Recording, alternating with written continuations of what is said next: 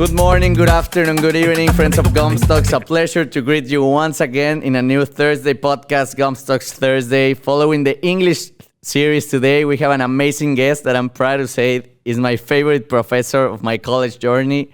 He was the #1 stock market timer in the United States. He holds a Master of Applied Positive Psychology from the University of Pennsylvania, as well as a Bachelor of Science in Finance and Management from NYU. He is Professor Michael McCarthy. A true pleasure to have you today in the podcast. How are you, Professor? Thank you. Good to be here. It's a pleasure to see you. And to start off, I'd like you to tell us a little bit about yourself. Who is Michael and how was his life at a young age? My life at a young age. I was born into a perfectionist family where, if you got a B on a report card, that was failing. And an A was basically good enough. I had a sister that was a year older, always got better grades. So I was always in her shadow. And pretty strict household. It was definitely accomplishment based. And that's all I ever knew. I didn't know anything different. And lots of rules, which I pretty much followed, not much freedom. And it was okay. My dad worked a lot. He was a workaholic, so I didn't see much of him. My mother was a stay-at-home mom, which was great until about 12. She started playing golf, and she was really good. So she started on the pathway to becoming a professional golfer. Okay. And then we didn't see much of her. So my sister and I basically in the summers would go to the country club and either swim or golf, and then we would see my parents. You like later. golf? Yeah, I do. When I left Maryland, where I grew up, I went to New York University, and there's no grass there, so I pretty much stopped playing golf when I went to college, just because there weren't clubs around. It's difficult to find a course in New York. It is difficult, and I never paid for it, so to me, golf is something you do for free, because I was a kid, and then to hear about things like, greens fees and memberships and initiation fees, and I'm like, why would you do that if you can get it for free? So I didn't pursue it, but it was fun. I enjoyed it. Amazing. So you were raised in an A's-based house. Like the minimum you need, you always had good grades all your life? You're either getting an A or you're failing. Okay. That was it. It was very binary. How did that feel to you? Like you have to be so perfectionist every time from the beginning of your life? It's all I knew, but I liked it. I liked school. I liked homework. And I did like summer vacation, but by the time August rolled around, I was ready to go back. But also my birthday was always the first day of school. So for me, the first day of school meant a party. Okay. So maybe that helped it. But yeah, I liked school. Amazing. And how did you arrive to NYU? Because I remember sometimes you have told us in class that NYU was at that time the college for the ones that didn't get to an Ivy League. We used to call it the Ivy League reject school. Okay. And I got rejected from Harvard. I got rejected from Wharton. And so I thought, all right, I'll go to NYU. But at the same time, my cousin Elaine married a guy named Michael Buscemi. And Michael Buscemi lived in a mansion in New Jersey, and he owned a gold trading company on the COMEX in New York City. And Michael set the gold fix in New York every day, meaning my cousin was the one that set the price for what gold would trade at every morning. So he would set the opening price when they did that. Okay. It's called the gold fix. So Michael did the gold fix. I remember we went to his house for a party, and, there's the big mansion, and he had a Mercedes, and I loved old cars, and he had a 38 MG convertible that he let me drive. And when I was driving it, we drove past President Nixon, who was his neighbor. And, Nixon was no longer in office, but I was just like all excited that he Starstruck. was starstruck. Yeah, I was starstruck. So I went to NYU so that I could be close to Wall Street. Okay. That's why I went. And that goes with, what did you want to be as a child? Because as a child, as a kid, I don't know, we want to be soccer players or what did you want to pursue when you were young? I did the standard things, wanted to be an astronaut. We all did. Yeah. That wasn't reasonable. And then the three big things when I was growing up was doctor, lawyer, stockbroker. And I don't like blood, So doctor was out, and lawyer I thought would be interesting because I like the idea of like arguing in front of a jury. And my dad's friend was a lawyer, and he said, no, you're always in the library. You rarely talk to the jury. And so That's a great quality to be a lawyer. but I wasn't interested in being in the library. Oh, okay. So I knocked out the lawyer thing. And then the stockbroker thing I kind of latched onto because I thought, well, you only need to know 3 things. What do you buy? What do you sell? And when? So I thought that would be easy. Okay. And so I stuck on stockbroker, and then I met my cousin, Michael, who he was in the financial business. So I thought, well, those 2 came together. Okay. Harvard didn't want me and Wharton didn't want me, but NYU did. So I thought all paths were leading to Wall Street. It was kind of simple. Okay, so it was from your family, like this love for numbers and for the stock market? No, it was more my mother was poor, and she hated that. And so she instilled in me, if you want to be happy, you need to be rich. Okay. And money is the report card of life. Mm-hmm. So she instilled that in me at a pretty early age. So I thought I wanted to be rich, but it wasn't until I was about 40 years old that I realized I was living my mother's dream, not mine. I thought it was mine, but I was a kid when I was getting the programming at the dinner table. Mm-hmm. And then when I was 16, my father was the youngest guy in the world to have a 5-way heart bypass, and they didn't expect him to live. And my mother made it really clear, you need to make a lot of money to take care of me. Wow. So it was... To you or to your father? To me. Okay. I was if my father died, I would have been the oldest living male. And she's like, you got to make enough money to take care of me and you. I thought, oh, okay. So basically, again, all paths just sort of went to money solves all problems. And what do you think now, after you passed all of it, about money? I wasted a lot of time. I really wanted to be a choreographer. Okay. That's what I wanted to do at NYU. And by the time I realized, or was starting to realize that money, I was starting to see some cracks in the money thing. My cousin Michael and cousin Elaine couldn't have children. So they bought them. Okay. They bought 2 children in an illegal adoption, and they did because they had the money. And I was starting to see like the ugly side of where money goes.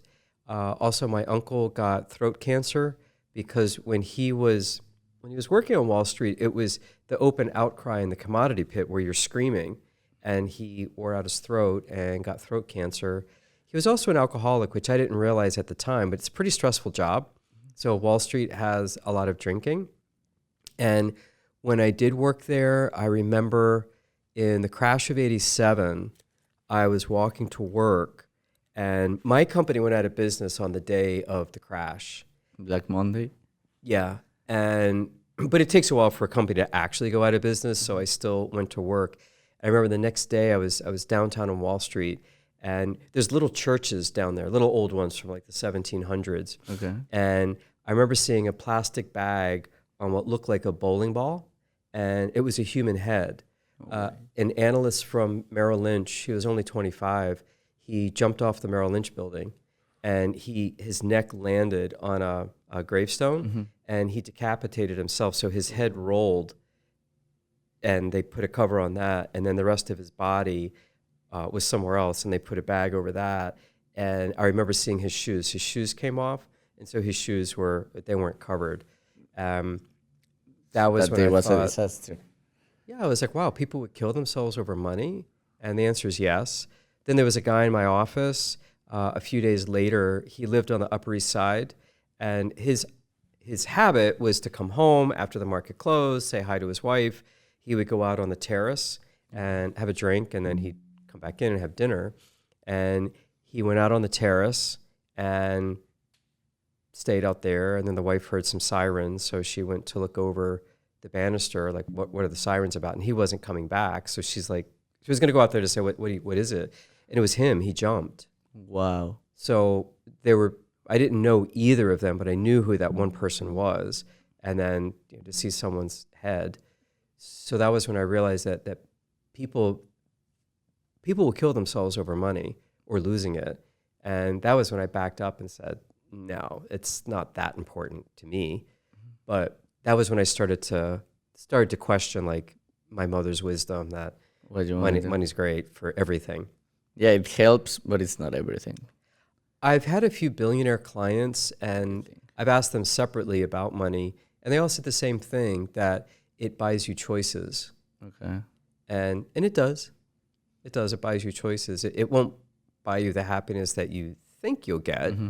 Like you might be happy that you get to buy a Rolex, but you're not so happy when someone steals it. Yeah. But if you didn't have money, you couldn't have afforded it, and then you wouldn't have been a crime victim. So it's not this clear thing of, money's great or lack of it. But not having any is pretty bad. Also in Mexico, a lot of people, for example, with the Rolex example, a lot of people in Mexico, the wealthy, have these great cars, great watches, great houses, but there are also a lot of crime in Mexico City, and they have to hide it and they can't use it. So it's pretty confusing because you can buy it and you buy it, but you really don't use it.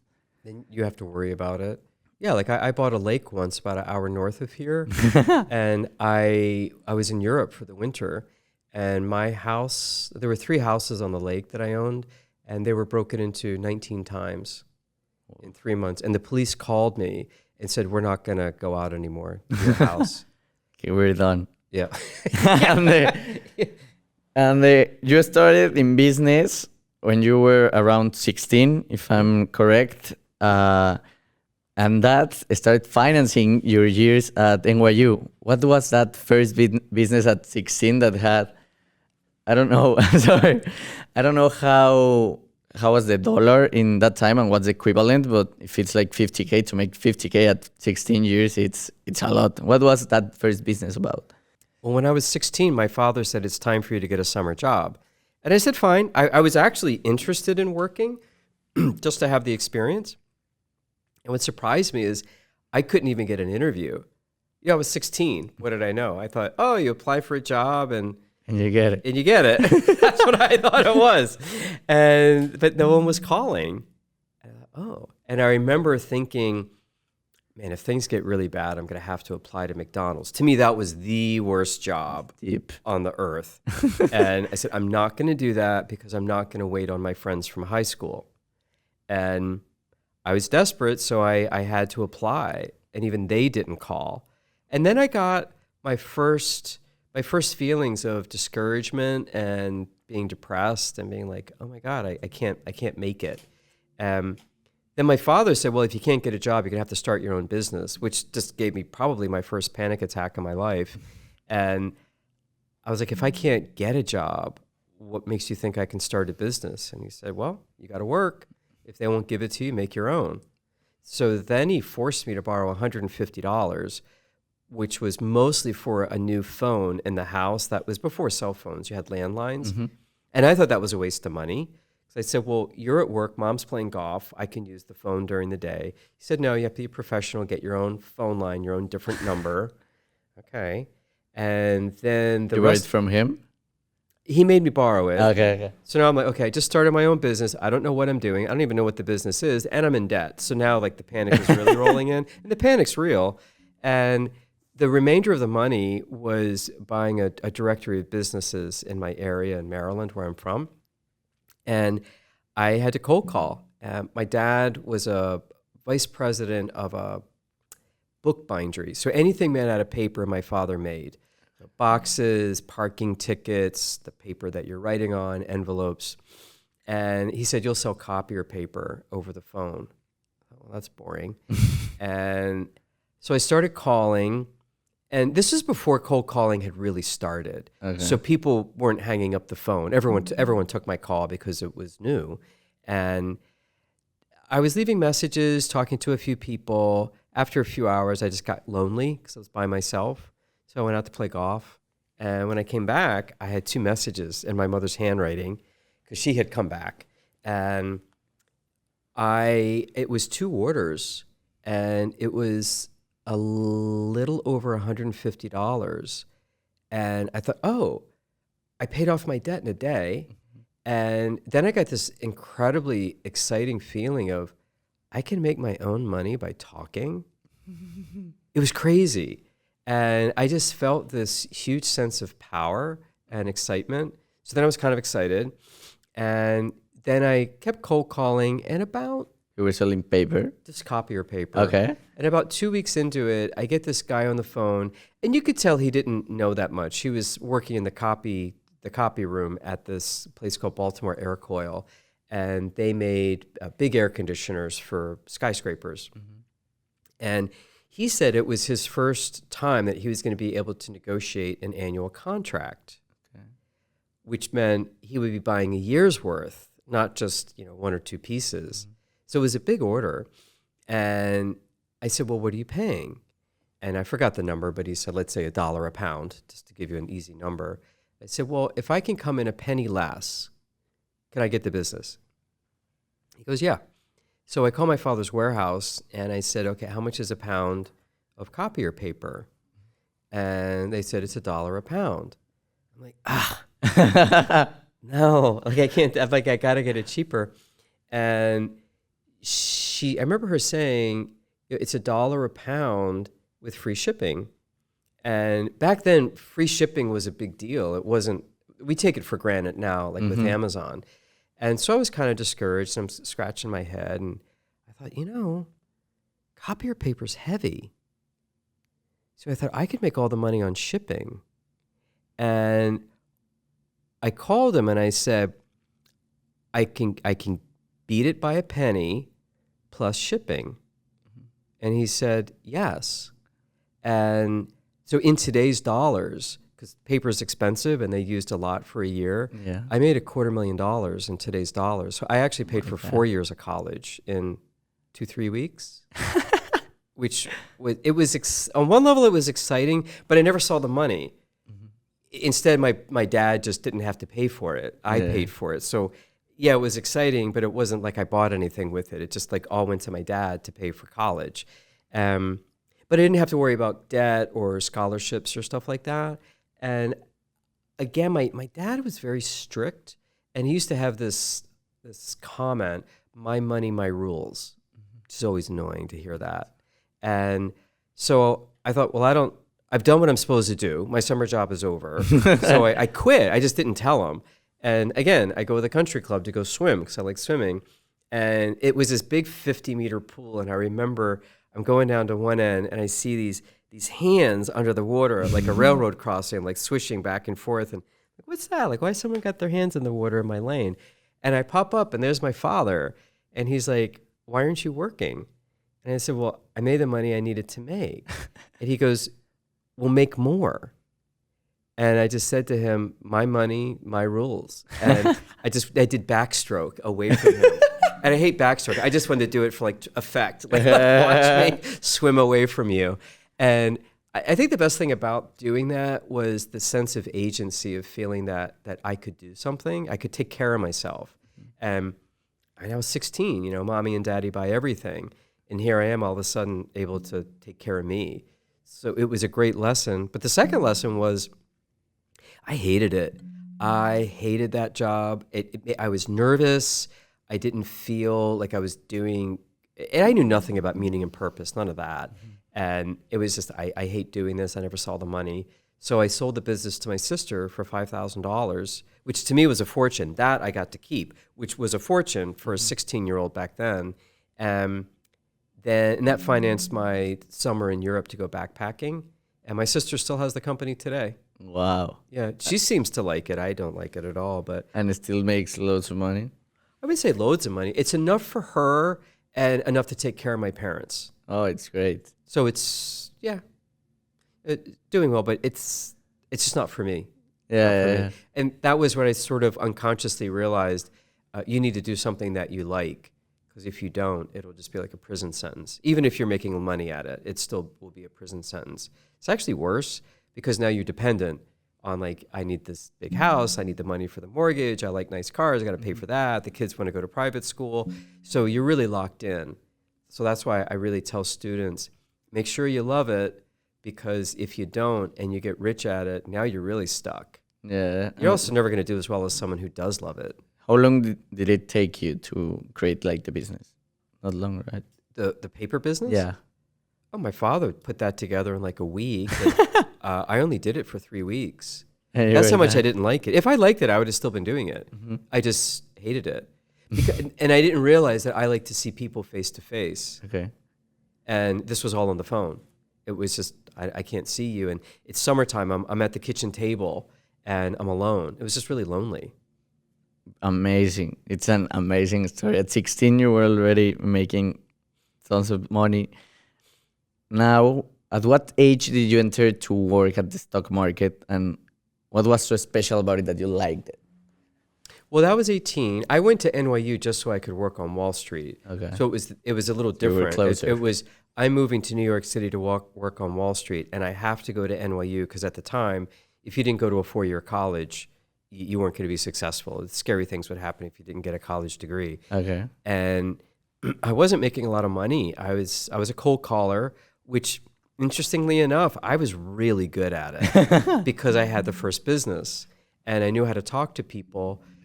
And that was intense. So that was 400 dials a day. 100 people would answer the phone. And out of that, 20 people would say, yeah, you can call back with a stock recommendation. And those are great numbers. And out of 20, if you get one client, you're going to be making millions of dollars within 2-3 years. Because all those clients are big. Well, I was the cold caller, so I was at $6.50 an hour, and my job was to give leads to the broker. Okay. So I never made more than $6.50 an hour, and I knew I was good at it, but I didn't realize I was so good at it they didn't promote me, because if they promoted me to be a broker, I was no longer feeding leads to the brokers. I was going to be their competitors. So the only way that I could get around it is I had to quit and get rehired by another brokerage firm. Wow. But I was there for about a year, and someone said to me, you know why you're not getting promoted? And you were while in college? That was while you I was went... still in college. Yeah. Okay. Still in college. Yeah, that was annoying. I did not understand politics, office politics. I didn't get that. The whole Wall Street thing, like, there's a lot of money there, and people knew more than me. And they basically took advantage of me. So I had to quit. Okay. But you were smarter than them, that they were afraid.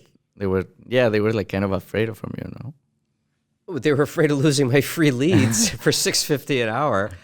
So I'm glad I left. And then the one good thing about NYU is if I hadn't gone there, I wouldn't have met the people that I needed to meet. So I had a finance professor, intro to finance, never liked the class, Professor Wubbles, really interesting guy, but it was a horrible class. It was, just the time was horrible. It was Monday night, 6 to 9 p.m. So to sit for 3 hours with 120 other people listening to him talk, and there weren't slides back then. You just looked at him and you took notes, and I would just fall asleep. But he said that President Roosevelt's, the woman that married President Roosevelt's grandson was the largest female commodity trader in the world, and she worked on Wall Street. Her name was Ruth Roosevelt, and she needed an assistant. And I'm looking around at these other 119 people, and I thought everyone just got the same opportunity at the same time, and I have to beat them. And he said, mail her a resume if you want to work for her. And I just assumed everyone was going to do that. I thought all 120 had the same dream. Probably not true, but I wanted to beat them. So what I did was, back then, and this is 1985, 1986, you had messengers. There was no email. And if you wanted to get a message done quickly, you would hire a messenger who would basically come to your office with a backpack full of mail, and then they would get on a bike and they would run it uptown and deliver it. It was like a private mailman. So I go to her office and I'm in the lobby, and I had my resume in my hand in an envelope, and I had not anticipated security. So the the lobby guy goes, "Hey, what are you doing?" And I held up my resume and I said, I have a message for Ruth Roosevelt. And he's like, "Oh, she's on the 16th floor." Okay. So I thought, got away with that. And then I get to the 16th floor. And again, I've never really been in an office building before. And it needed the badge taps. That was like a new thing. And I didn't have a badge. But I thought, if the bathrooms aren't behind the door, someone's going to have to go to the bathroom. And I knew and the elevators were in the elevator bank. So I thought someone's going to leave. I had to stand by the door. So I stood by the door and someone came out and I just walked in with my little messenger thing. And I asked this woman, where's Ruth Roosevelt? She told me. I go see her and she was really weird looking. She looked like a fortune teller. Okay. She had like this blonde bun on top of her head and she had this tons of like, not mascara, but like eyeshadow, but looked like how a fortune teller would like overdo it on the eyes. And she needed everything but a crystal ball. And I was like, oh, this is weird. I wasn't expecting it. And she was talking to this guy who I didn't realize what ended up happening is she had 2 assistants. One quit, and that's where I heard about the opportunity. Okay. When I walked in on her, the second one was quitting. So the timing was perfect. She had no assistants. And she says to me when she's done with hearing him quit, who are you and what do you want? Mm-hmm. And I said, oh, Professor Wubble sent me. I heard you need some help. And she didn't know what to do with me. So she said, write an essay on what you think I need and what you can provide to me. We're like an assistant. And I wrote it all out and she loved it. And so she hired me. And it wasn't till like 2 or 3 years later, she said, I thought you were a gift from God. Wow, that's saying a lot. Why? Mm-hmm. She goes, the minute William quit, you showed up and I turned around and I thought it was Graham, my son. She's like, you look just like my son. And so I thought it was a gift, like this angelic intervention. And then she goes, your essay was like crazy good. So that's how I got the job. So if I hadn't gone to NYU and gone to that finance class that I didn't like, in the class that was way too long at nighttime, I would have never gotten my crack in. And from there, Ruth actually lost people a ton of money. And I felt guilty about it. But there was a very famous trader in the office named David Johnston. Okay. David Johnston traded money for President Ford and President Carter. And he made a private client so much money, the guy bought him a Rolls Royce for Christmas. So that's like these Wall Street stories were true. They were true. And he was just this little quiet old guy. And I thought, I got to go meet David. And so I thought, well, he's a guy. He's going to go to the bathroom. So when he was at the urinal, I thought, well, he can't get away for at least a minute or two. So I just went up to him at the urinal and I was like, hey, Ruth doesn't make people money and you do. Can I do something for you? He was very nice. He said, I'll teach you some things. So he taught me how to do charting. And so I was doing technical analysis, which was a new thing, drawing lines on graphs and everything. Basically watching the patterns and everything. Yeah, patterns, pattern recognition. And I started publishing what he taught me in financial magazines. And there were tons of little financial magazines that no one read. And I just called them and said, hey, can I contribute articles? And the deal was basically you do it for free, but you get to be in print. And all of a sudden you're an expert because you're in print. So I'm getting all these articles done. And I didn't want to cold call anymore. So what I did is I photocopied the articles and I started junk mailing people. And I ended up junk mailing the guy that was the founder of Stock Market Timing. His name was Gerald Appel.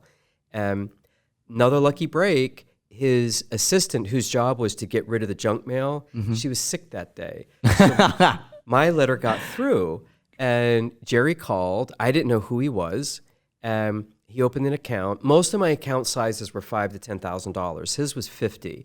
So again, super excited. And then he said, but you have to tell me your trading system. And I'm like, no. That's the secret sauce. He said, well, I'm regulated by the Securities and Exchange Commission. You have to tell me, which actually wasn't true, but I bought it. You told him that? I didn't tell him everything, but I told him enough to satisfy him.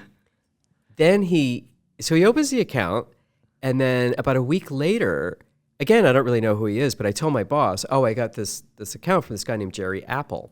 And his name is, he's a burglar alarm salesman. His company is Signal Alert. And she just puts her head in her hands and she goes, it's Gerald Appel.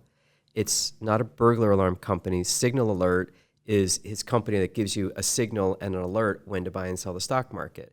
She said, he's one of the most famous stock market traders in the world. Okay. You need to say his name right. So again, I get embarrassed. I didn't know.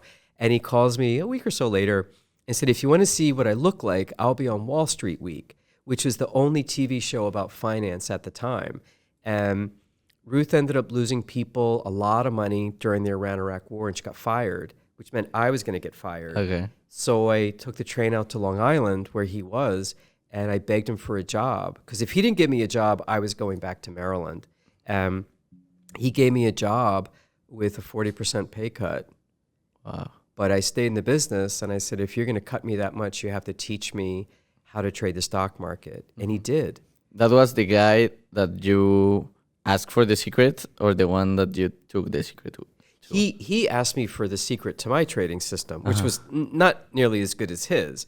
But when I went to work for him, he did say I was the only person besides himself that made him money. Everyone else lost him money except me. Like the boss. When I was, he had $800 million, and he gave me 50,000. So he just gave me a few pennies to play with. But he said, you were the only one that ever made me money. And that's why I got the job. And then from there, I became the head of research and then the head trader. So by the time I was 24, I was trading about 800 million. Okay. And I had made the trading systems for them.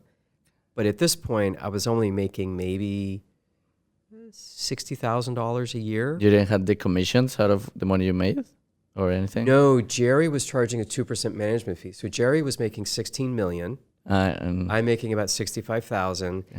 And the trading systems were all mine. Okay. And that was when I got angry. Yeah. No.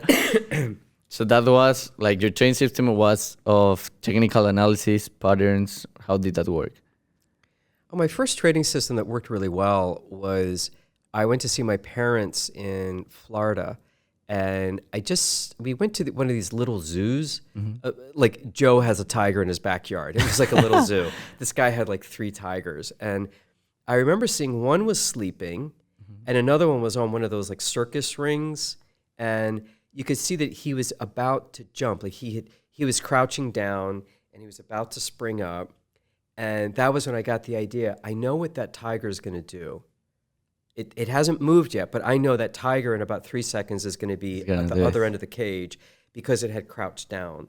It was like a slinky. A slinky was a toy when you were a kid, and like this little accordion The Toy thing. Story guy. Yeah, and so it was like a coil, and I thought that's what the stock market does. The stock market will like coil down and get really close to itself, like the market's going down. When it goes down, it's like a coil, like gathering energy. And then it always springs up. But when the stock market goes up, it springs up and arcs over, just like a tiger jumping. So my first trading system was basically, how do I make a math formula around a tiger jumping? Because I know with its crouching, it's gathering the energy to jump and go to the other end of the cage. And then I also saw it in baseball, that if you took well, I can do it now. So imagine that your eyes are closed. Okay. It doesn't matter because we're on a podcast. But I'm going to give you 2 hits on the bat, and you tell me which ball went further. Which one went further? The second one. The second one. So you could predict that by looking at compact energy in a short period of time. So when you hear the crack of the bat, you don't need to even see the ball to know that it's going to go far. So the stock market was the same way, that I needed to wait. My first rule was, my buy setup was, I need the market to go down. And then I needed to spring up like a tiger or hitting a bat on a ball. And then I know that it's going to arc over and go far. So the market's going to go up. It's going to go up for a while. And so the way I quantified it was, there's a technical statistic called advances and declines. It's the number of stocks that go up on the day versus the number that go down on the day. So what I quantified was, if there are 3 times as many stocks going up versus down 3 days in a row, that's like the smack on the bat or the tiger jumping. And that was my first trading system. So it was a great buy signal. And so you could get in low risk, and then it would just pop up and then it would arc over. And then I had to make a sell signal after that. But a lot of my trading systems were based on observing things in the environment.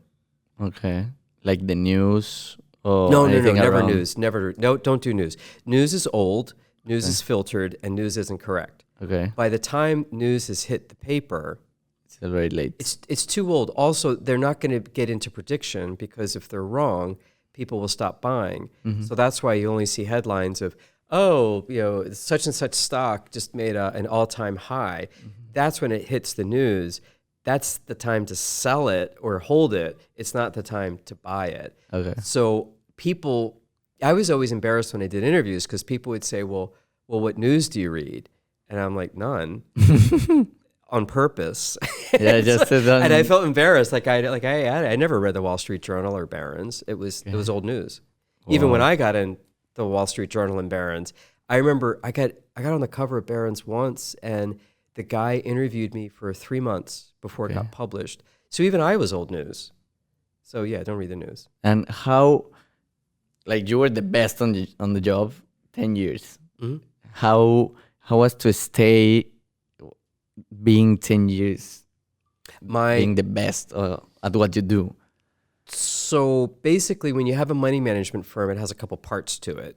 And so one part is selling, to get the clients in. And then you have the operational part of trading, just buying and selling whatever you decide.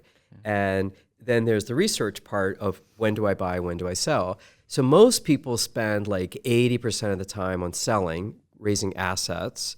And then, maybe like 10 or 15% of the time on the operations part, like actually moving the money around and making sure that the papers are where they're supposed to be. And then maybe like 5% on research. Like we made our trading system and that's done. Now we're just going to trade it. I was the opposite. I did 95% research. I was always researching. My face was always in a spreadsheet somewhere. And I never had any marketing. We had 1,200 clients and they all came by word of mouth. Well, the way I thought was, if I'm the best in the world, they'll find me. And they did. So I just focused on research. The trading and operation, that was really easy. I mean, there's not much to do. I mean, you move it from here to there. You buy it, you sell it. It's not that hard. And if the system is working already, that's okay. Well, what I did is my allocation of time was upside down compared to everyone else. So I was like 95% research. And then I was maybe 5 to 10% on the operations part, but we had no marketing. We never did any cold calling because I hated cold calling at this point. I did it too much. I thought if I just stay number one, then I don't have to sell. And that was really intriguing to me because I hated the phone at this point in my life. And I think that was the secret to the success, is that I actually did it upside down from what everyone else did.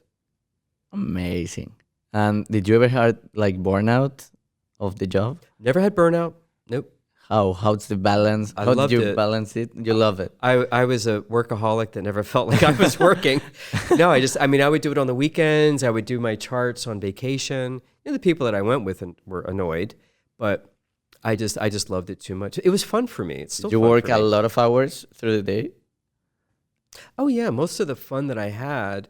So we would work, 9 to 4, but the research needed to be done in the quiet. So I would work from 9 to 4. Then I would go to swim team, go out for beer with someone from swim team. Then I would come home at like 8, and then I would research from like 8 a.m. to 2 a.m. Okay. And then I would go to sleep and I would be up for the next day. So you will say the key, like, to be able to have fun and to enjoy like your money and everything, is to actually love what you were doing, like to be that effective in that range of time, like to actually love it. It was more than love. It was an obsession. I was obsessed with the stock market because the way I looked at it was, I felt like I was playing chess with millions of strangers. Okay. Like I'm on the one end of the chess table and there's all of you over there. A lot of games around. And my job is to beat all of you. And that's how I saw it. Okay, and what happened after you left in 2004, your job? I got depressed. I didn't see that. Oh, well, there was a scandal on Wall Street and it was in market timing. So basically, the whole concept of being a stock market timer, that industry kind of went away. I would have still been doing it now if someone had basically broken the law. The attorney general got involved and pretty much that side of the industry was shut down. There's always someone doing a scam on Wall Street, and someone did it in my niche and kind of killed it. And I didn't have a plan B. I was really good at that one little thing, and I tried to do other stuff. I tried to pivot. Didn't work. I spent about $500,000 trying to pivot with buying trading systems, trying to do things a different way, make it a financial planning firm. none of it worked. But what I did realize is at the time, I was making more money trading my own account than running the business. And if you're trading a small amount of money, meaning a couple million, not a couple $100 million, then you could still do market timing. So I thought, I'll just retire and trade my own account and make more than I was making. Still my income drops in half because that side isn't like I think my trading income was about 55% and then 45 was the company. Okay. So I thought, 55% is still a lot of money and I can do what I do. But that didn't take a lot of time, 15 minutes a day. And so I bought a lake about an hour north of Boston and, all my friends were working. I'd wake up in the morning with nothing to do. And it never occurred to me to get another job because I didn't need it. I thought, I have the American dream, I'll go travel. And, you go travel and a lot of people are retired and married and they just are by themselves. They're not interested in meeting this single person traveling around the world. So I would have dinner by myself. Then I started having dinner at the bar at the hotels I was at. And I just kind of felt like this homeless person wandering around. So after a year of that, I stopped because I didn't like it. And then I got really depressed. Went to the doctor, went through 24 different drugs. None of them worked, gained a lot of weight. What I didn't realize was I'd lost my meaning and purpose. Okay. And I was just kind of floating around. And the only person who ever diagnosed me right was my mother. And she said, "You need a job." And I'm like, "Yeah, but I don't need the money." And she's like, "Well, don't do it for the money." Mm-hmm. And that's how I became a professor. You went to UPenn? That's when you realized and you went to UPenn? No, what I did was I went to Harvard and because there was a class called positive psychology, which I'd never heard of before.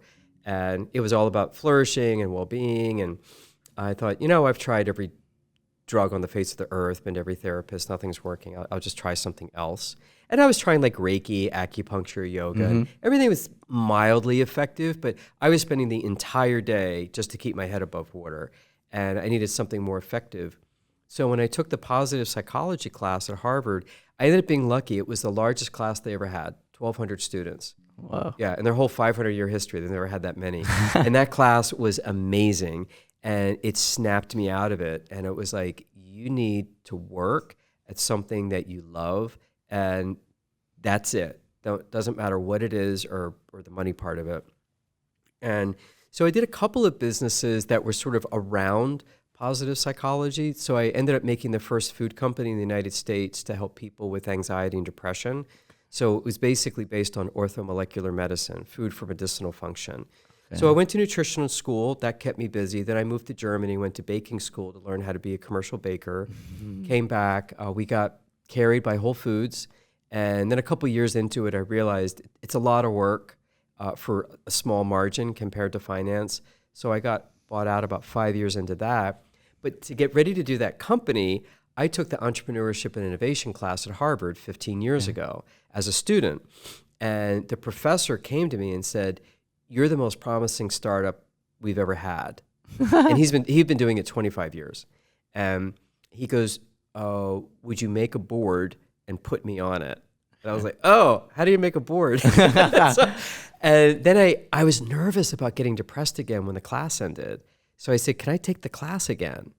And he said, "No, because you need to make another new company." And I wanted to work this one. And I told him the truth. I said, "If I don't have structure, I'm going to procrastinate. And I need something." And he said, "Well, you can be the grader." So I started grading homework. And I got bored with that in the first semester. And then I started to look at the class the way you'd look at a startup. So I looked at the students as if they were customers. And I was looking for gaps, like what were the gaps that we had where we're not serving the customer right? And you had to make a team to do a company. But it was a night class. So people come in at the last minute and they leave right away because they have families and things to do. It's late. And they started picking teams based on geography, meaning you're sitting to my left, you're sitting to my right, let's make a team. Okay. And it was a horrible way to do it. And I said, let me teach Saturday classes where I can teach them how to make teams and how to get along with teams. And so then as I became the teaching assistant and we were doing A/B testing like an experiment. And I said, I'm not going to tell you who comes to my Saturday classes, But if I'm doing a good job, you should notice on final pitch day who's doing better. And everyone that came to my Saturday classes got A's, and the people that didn't got B's. Okay. And that was when he asked me to be on the teaching team. And that's how I became a professor. So I've been a professor at Harvard for 15 years. And then Holt heard about me, and I've been with Holt for about 6 or 7 years. Okay. So it was a weird little path, but I never thought about being a professor. But I love teaching because I have tons of ideas that I don't have the time to use them all. Mm-hmm. So I teach entrepreneurship. And how did you learn to teach? Because you have from all the people I have talked in Boston, from Babson, Northeastern, BCBU, Harvard, MIT, we all have the same idea of classes in, for example, Northeastern, Holt, BCBU, and at Harvard, that the classes are different. And I can see the difference between your classes and the classes of other professors, that the style, it's super different, that it's not just a lecture. Probably it's because the topic, but your class, it's like so interactive, like you don't even need to be on the computer or on the phone, because you are so, for me personally, you're entertained listening and talking, that hearing this story, hearing your story. Like, how did you learn how to teach? I never did. I was surprised they just gave me the job. And Harvard was easy. They're like, do you have a master's degree? No. I didn't have a master's degree back then. Are you a PhD? No. Just an undergrad. And they're like, why should you be here? And I said, because I've had 7 businesses. And I'm really surprised you let someone teach an entrepreneurship class that's never run a business. And that persuaded them. And so they basically hired me on my experience. I remember asking a friend of mine that did teach at Wharton in executive ed, when I was sort of lost and wandering. I was reading one of these self-help books that said, go to your closest friends and ask them what you should do for a job, because maybe they see something that you don't. And I asked him, and he said, oh, you should be a teacher. Like, a teacher? Why? He said, oh, because you explain complex things really simply. And I remember I turned beet red.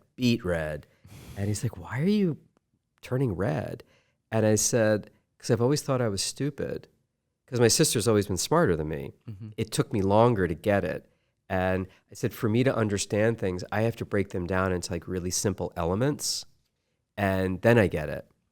And he goes, well, that's what a teacher does. Like, really? So, if it hadn't been for Nick Craig at Wharton, I would have never even considered being a teacher. So it was actually other people. And then when I did first start teaching, I did the same thing I did with the Harvard class. I looked at the students as customers. Like, are the customers getting their needs served, and what do they need?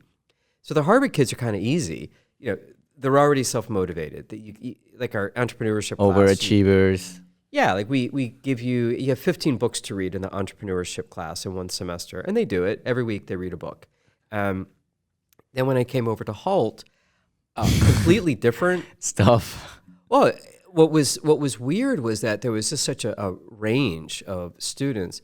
What I liked about it is that they come from 150 different countries, so you already have that wide range. And then you had some people that like were really interested, other people kind of in the middle, other people squarely not. I took it personally when they weren't engaged, and I just kept asking them, like, what can I do to make it better? And I wrote an HBR article a long time ago, and I introduced a concept I created called DICE, and it's the way to activate a SWOT. So SWOT's strength, weaknesses, opportunities, threats, but that's a static picture. It's like a snapshot.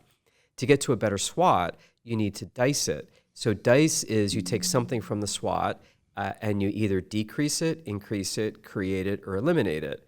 Okay. And so I said, what should I decrease, increase, create, or eliminate from my class?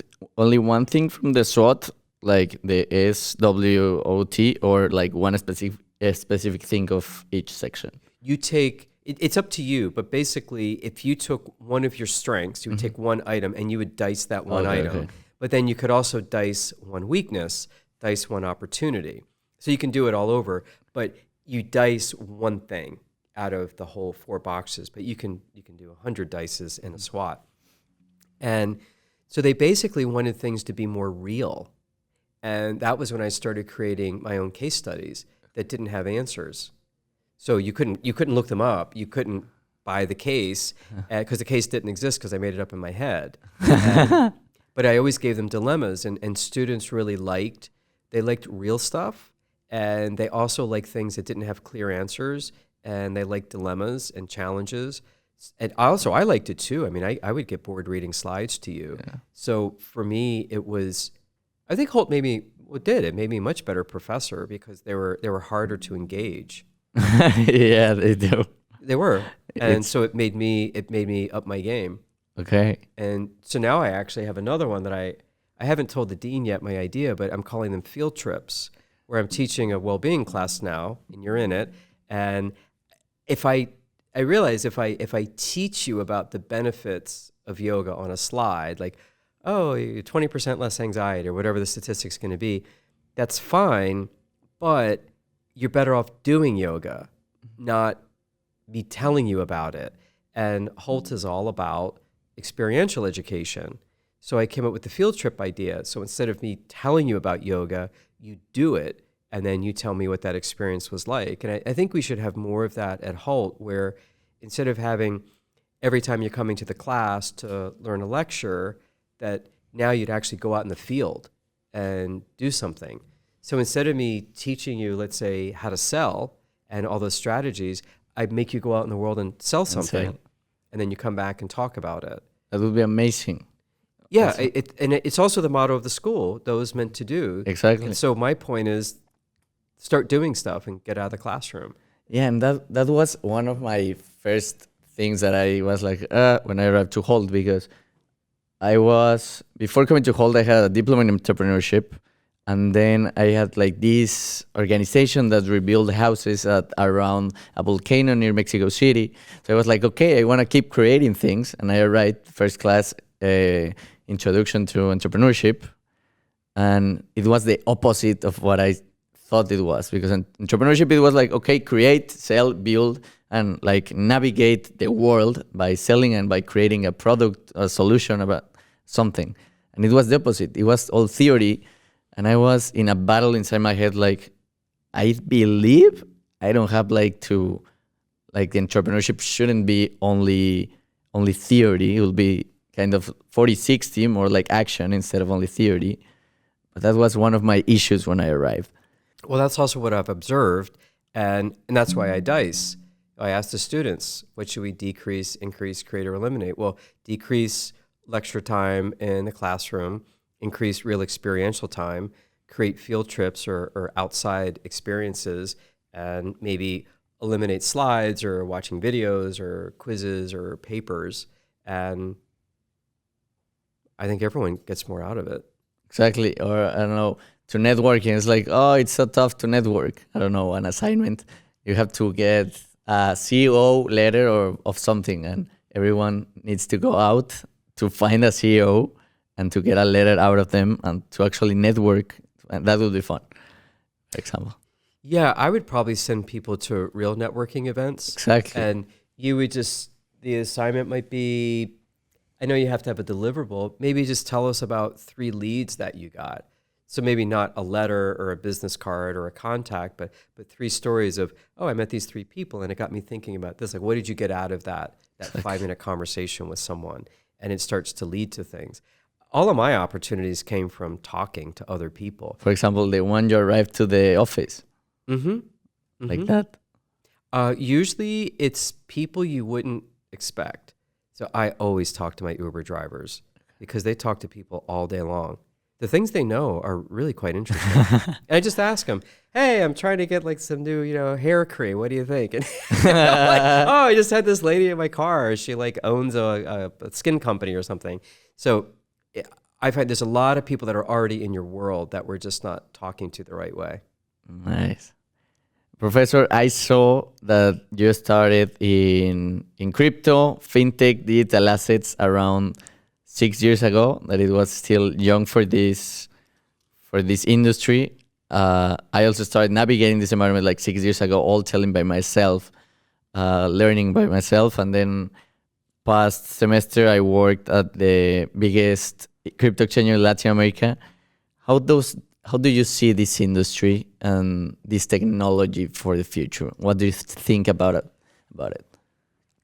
confession, when I was teaching entrepreneurship, one of the entrepreneurship professors said, I want to teach the first blockchain class at Harvard, and I want someone to teach it with me, which was going to raise me up in academic status at Harvard. So I said yes, because it was going to raise my academic status. But I didn't know what blockchain was. And I didn't care. I just said yes, because it was a good opportunity. And I learned about it.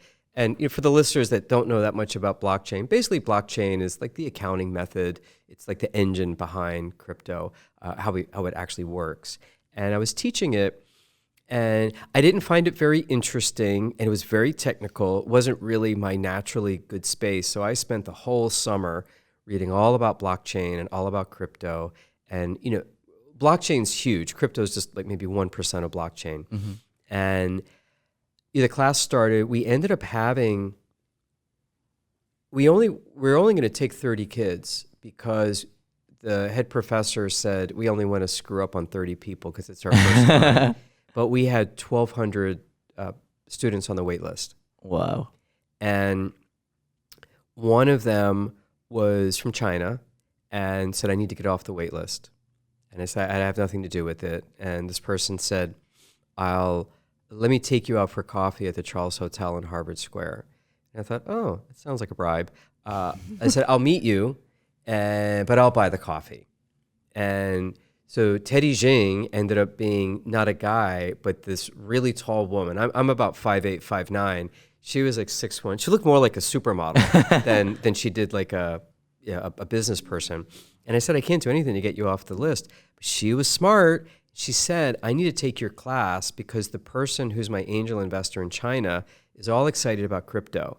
And if I'm afraid if I don't know about it, he's going to take my funding away. I said, okay. So to her, she was going to lose her business if I didn't let her in the class. Mm-hmm. So I really don't have anything to do with it. She goes, well, what if I brought you to China and you taught the class in China? Oh. I said, really? And I hadn't been to China, and I love traveling. And she was quite generous. So she brings me to a conference. I taught there. She liked it. And then another woman saw me in the audience, and then she hired me. And so I worked in China for about 6 months. So what I learned about crypto was you were never supposed to have exchanges. It was supposed to be, I sell my Bitcoin to you, you sell your Bitcoin to me. It's just between us. But people couldn't figure out how to do it on their own. They couldn't figure out the code. They couldn't figure out the pros. It was too confusing. So the exchanges came in as middlemen or middlewomen to ease that friction of, let me make it easy for you to buy Bitcoin. Let me make it easy for you to sell it. It really defeated the pure purpose of what crypto was about. It was supposed that it was born to get rid of middlemen, the middle people, specifically the governments. And but when I was in China, I met a lot of the crypto millionaires, and it was interesting to meet them. And what I picked up from them, because everything I did was through translators, is they knew they got lucky. They didn't technically know a lot about crypto. They bought it, right place, right time, mm-hmm. got really lucky. And so I thought there's not a lot of serious brain power behind a lot of people that I'm seeing mm-hmm. that did well. I see a lot of lucky people. And when I was there, it had the first crypto winter when it went down, and you could just tell those people got scared.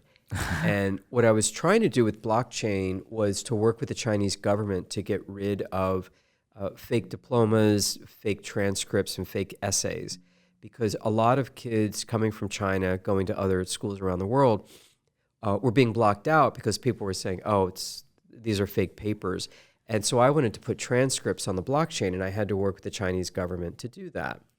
We didn't get very far. We got far enough with the idea, mm-hmm. but we didn't get very far with it. But what I did learn when we were moving up the food chain, talking to people that did have some power over there, was it's a classic thing. This is threatening to governments, obviously. Mm-hmm. Like, how do you tax it if you can't track it, that kind of thing. And governments in the beginning did not want to have their own Bitcoin, their own crypto, because if you hacked it, you just got the whole country. Mm-hmm. So they don't have any room for error. But basically the plan is once they figure it out and you get it pretty bulletproof, And it's pretty bulletproof now. And because the weak link in crypto are the exchanges, which were never supposed to be there in the beginning. Exchanges and the new altcoins, especially when they're still developing, all the bridges they build between different blockchains, it's a mess. Yeah. And what I think is going to happen, I can't predict the future, is that when governments figure it out, they're going to have their own, and then they're going to say, hey, Bitcoin, what's the underlying value? What's the book value? What's really there? Not much. You look at a country, GDP, full faith and credit of the country, like they'll come in and shore it up the way that we do, like FDIC insurance. So I think it's just a matter of time before it'll be this classic thing of the startup competed against the big company, made a better product or better service, and that big company waited until they got all the bugs out and then bought them. Yeah. So I think that's pretty much what's going to happen. I think the concept is cool, but the basic challenge that you still have with it is there really isn't any intrinsic value behind it. And granted, people can say the same thing about the US dollar, full faith and credit. I get that. But a lot of money really is faith. Yes. That we believe that green piece of money or that silver It's credit worth. card is going to do something. And as long as people keep the faith, it'll work. But once they start to question it, it won't. So I think governments will always have a leg up on that. And I think some people might get disappointed. But again, it's just my prediction. Do you hold unpopular. any Bitcoin? Oh, yeah. Yeah. Perfect. Just because I don't like it, 100% doesn't mean it's not going to go up. You don't want to get FOMO? No, I think I've had my Bitcoin for like 6 years or so. Just bought a chunk and I haven't touched it since. It's worth great. It's worth more. It's worth great. Yeah. Professor, just my last question before passing to the envelope. What has been your greatest investment in your life? It can be, a lot of people say it's in his education, it can be other money. Which has been overall your greatest investment in your life? I'm probably going to go with the same thing that Warren Buffett said, public speaking. Public speaking. I have gotten so many opportunities about knowing how to talk to people. Public speaking, persuasion, that if I was not a good talker, I wouldn't have had all the opportunities that I've had. But I'd say, I think I'll move away from public speaking and say being a good talker. Okay. I can connect with people because I do genuinely like people. For me, it's fun to have those conversations. I'd say probably my greatest investment was like going to Toastmasters and learning how to do public speaking when I really understood the power of it. And you can do public speaking when there's one or two people in the room. It doesn't have to be a whole crowd. Exactly. But I've done crowds of 50,000 and that's fun. Yeah, it's like a rock concert, but I can't sing. It's amazing. Also, it's so powerful if you know how to start and approach a person. Just like in the small talk, it can become very big at the end. Just ask them questions about themselves. People Focus love. on them. They don't want to hear about you. They want to know that you're fascinated with them. So a great way to get people to like you is just keep asking them questions about themselves. And whatever they say for an answer, your next question has to be related to what they just said. And that makes you not have mind wandering. Amazing. Professor, we're going to pass to the envelope. You're going to be... Remember, in this, Alan Rodriguez, our past guest, wrote this question. He's a five restaurant owner in Boston. Let's see what question he has for Professor McCarthy. I love surprises, so let's open this up. I don't know if it's in Spanish or in English, but you know English and Spanish. ¿Cuál es tu valor agregado que te hace diferente y que estás haciendo hoy para tu futuro éxito? It was funny. I know some of these words, but together I'm going to need my translator. Okay. Which one is your aggregate value? That makes you different and that you're making today for your future success? See. Oh, fairness. It's fairness. It's almost too strong of a value. I don't bend. That's the one thing I don't bend on. Everything I touch needs to be fair. And if it's not, I get really nasty. And if I see other people being treated unfairly, I defend them. And I get pretty aggressive about it. But for me, I live in an honest world. And when it's not honest, I make it that way. Always fairness. Always fairness. Always fairness. And sometimes I go overboard with it. Okay. So I know, that's why I say it's a value that might be a little bit too amped up. But I just don't tolerate dishonesty, unfairness, cheating people. And I really get upset when people who can't take care of themselves get taken advantage of. Then I'm just like Mama Bear. I get in the middle of people and say, you can't do that. And also when you see, like, when you're buying, selling companies and you see that they're taking advantage of the founder, or sometimes you get into it. Oh, I call it out. I call it out. So some people really don't like some of the things that I say. I'm like, well, you're not being fair. It's better to be straightforward. Yeah, absolutely. Well, thank you, Professor. Lastly, do you have any advice for young listeners who are searching for their life mission or trying to fulfill their dreams? Be nice to everyone. Respect everyone regardless of their place in life, especially people who you don't think are your equal. They really appreciate it when they're seen and valued and treated as equals. So take those opportunities, and you would be shocked how these people can help you. So be nice to everyone, respect everyone, see everyone as an equal, and you will get amazing opportunities, not from people above you, but from people on the other side. Be nice to everybody. Thank you, Professor. Thank you for being here. It was absolutely a pleasure. I go with a lot of knowledge, and hope all the people that see this too. Really appreciate it. An amazing story. Congratulations, Professor. Thank you for having me. And that's it. See you next week on Gomztalkz. It was a pleasure meeting you again. Leave if you have any questions for Professor McCarthy, and see you next week. Thanks so much.